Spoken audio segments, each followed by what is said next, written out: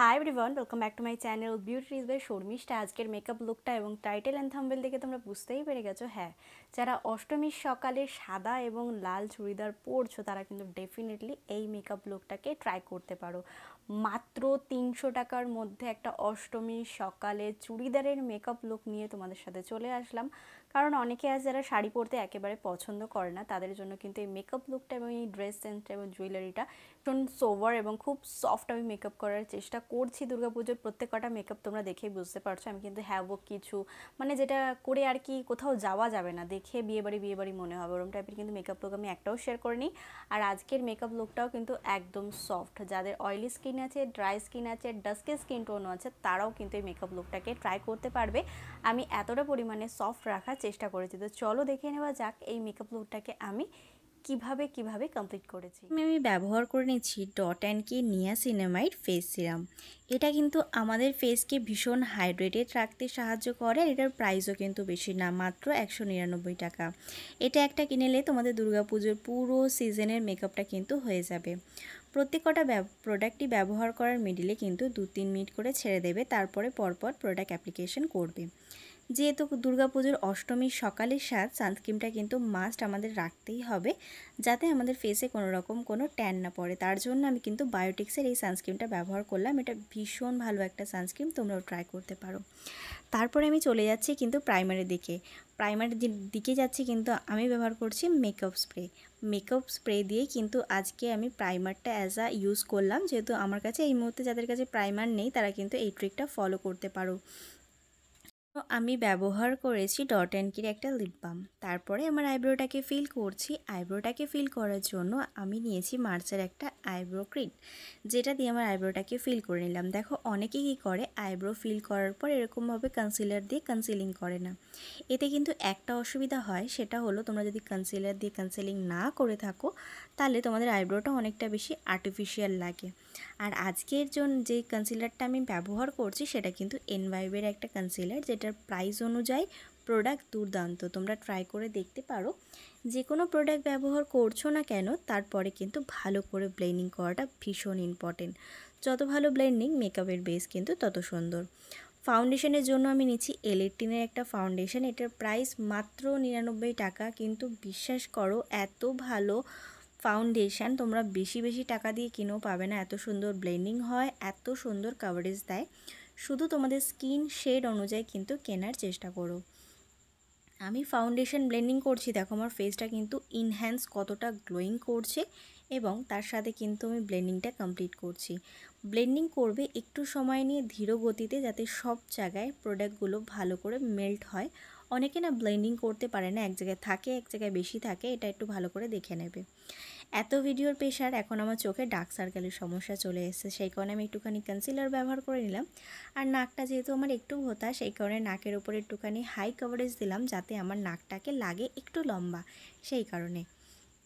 আচ্ছা একটা কথা বলো তো, তোমরা কি নাক কন্ট্রোলিং করতে পারো? দেখো আমি তোমাদেরকে যে ভিডিওটি এখন দেখাচ্ছি সেটা কিন্তু আগে আমি অ্যাপ্লিকেশন করে নিয়েছি, তারপরে তোমাদেরকে ডেমনস্ট্রেশন দেখালাম, একটাই কারণ যেহেতু আমি ক্লিপটা নিতে ভুলে গেছিলাম। তারপরে করে নিচ্ছি, আমার ফেসটা যেহেতু একটু ভারী সে কারণে একটু রোগা করে নেওয়ার চেষ্টা করছি। যাদের ফেস একটু রোগা তারা কিন্তু ফেস কন্ট্রোলিং করার কোনো প্রয়োজনই পড়ে না। তারপরে ব্লাশার ব্যবহার করে নিলাম। ব্লাশারের জন্য আজকে আমি নিয়েছিলাম ইনসাইডের একটা ব্লাশার, যেটার প্রাইস মাত্র 80 টাকা। কম্প্যাক্ট পাউডারের জন্য নিয়েছিলাম কিন্তু এটা দ্য সুমিজের একটা কম্প্যাক্ট পাউডার। এটাও কিন্তু খুব ভালো, অনেকক্ষণ স্টে করতে সাহায্য করে, আমি যেটা দেখলাম অ্যাপ্লিকেশান করে। এটা আমি ফার্স্ট টাইম ব্যবহার করছি এবং ব্যবহার করে বেনিফিটটা অনেকটা বেশি পেয়েছি। তারপরে আমি চলে গেলাম যথারীতি আই মেকআপের দিকে। আই মেকআপের জন্য আমি একদম একটা সিম্পল কালার করব। তার জন্য একটা ট্রানজেকশন শেড হিসাবে আমি নিলাম একেবারে একটা হালকা বিস্কুট কালার তোমরা বলতে পারো। সেটাকে আমার পুরো চোখের ওপর ভালো করে ব্লেন্ডিং করে নিলাম। ব্লেন্ডিং করে নেবার পর আমি একটা ব্রাউন কালার নিচ্ছি। এটা চোখ বন্ধ করলে এবং খুললে যে লাইনটা আমরা দেখতে পাই, ঠিক সেই জায়গাটাতে কিন্তু আমি এই ব্রাউন কালারটাকে অ্যাপ্লিকেশান করছি।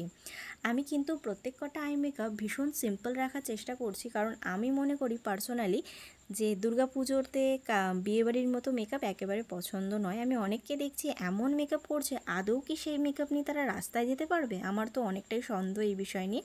সেই কারণে আমি একেবারে লাইট, আমি যেটা করব সেটাই আমি দেখাচ্ছি তোমাদেরকে। তারপরে নিলাম একটা হালকা রেড কালার কিন্তু ভীষণ পিগমেন্টেশন, সেই কারণে অল্প নেওয়ার চেষ্টা করবে।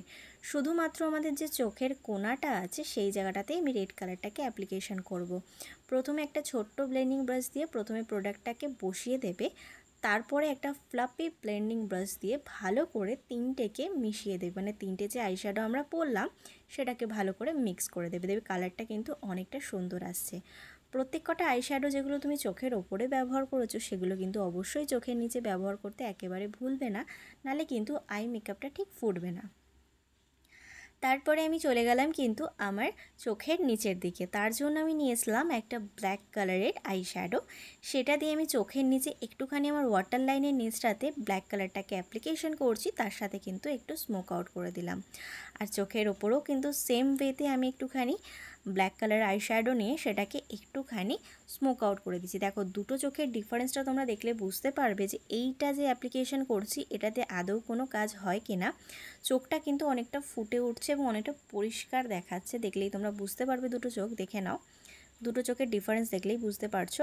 তারপরে চলে গেলাম মাস্কারার দিকে। আচ্ছা একটা কথা বলো তো, যারা এই কালী পুজো বা দুর্গা পুজোর মেকআপ করছে তারা না ফলস ল্যাশ পরছে, সেগুলো কি আদৌ তারা পরে দুর্গা পুজো ঘুরবে? আমার না এটা বড় প্রশ্ন, কারণ অত বড় বড় ল্যাশ পরে কি কালী পুজো বা দুর্গা পুজো কাটানো যায়, এটা আমার মনে হয় না। তারপরে আমি চলে গেলাম মাস্কারার পর ব্যবহার করে নিয়েছি হাইলাইটার। আমার মেকআপের বেসটা এতটাই গ্লোয়িং হয়েছিল তার জন্য কিন্তু হাইলাইটারের কোনো প্রয়োজন ছিল না, তো আমি হাইলাইটার পরলাম। এবার চলে গেলাম লিপস্টিকের দিকে। লিপস্টিকের জন্য আমি নিয়েছিলাম ব্লু হেভেনের একটা লিপস্টিক, যেটা আমি ফার্স্ট টাইম ট্রাই করছি। তোমরা লিপস্টিকের কালারটা দেখতে পারছো। আমার পার্সোনালি যখন আমি লিপস্টিকটা পরছিলাম তখন কালারটা বেশ ভালো লাগছিলো, কিন্তু যখন আমি আমার ফোনের দিকে বা ক্যামেরার দিকে তাকালাম কালারটা আমার ঠোঁটের সাথে যেন আমাকে খেয়ে ফেলছে, এতটাই বাজে লাগছে আমার ঠোঁটের সাথে। সেই কারণে সেটাকে মিক্স করার জন্য আমি এনভাইবের একটা লিপস্টিক পরলাম, তাতেও কোনো রকম কোনো কাজ হলো না। তো ফাইনালি আমি লিপস্টিকটাকে তুলেই ফেলেছি, কারণ আমার একেবারেই ভালো লাগছিল না। তোমাদের যদি ভালো লাগে তাহলে অবশ্যই জানিও, আমার স্কিনের সাথে ভালো লাগছিল না।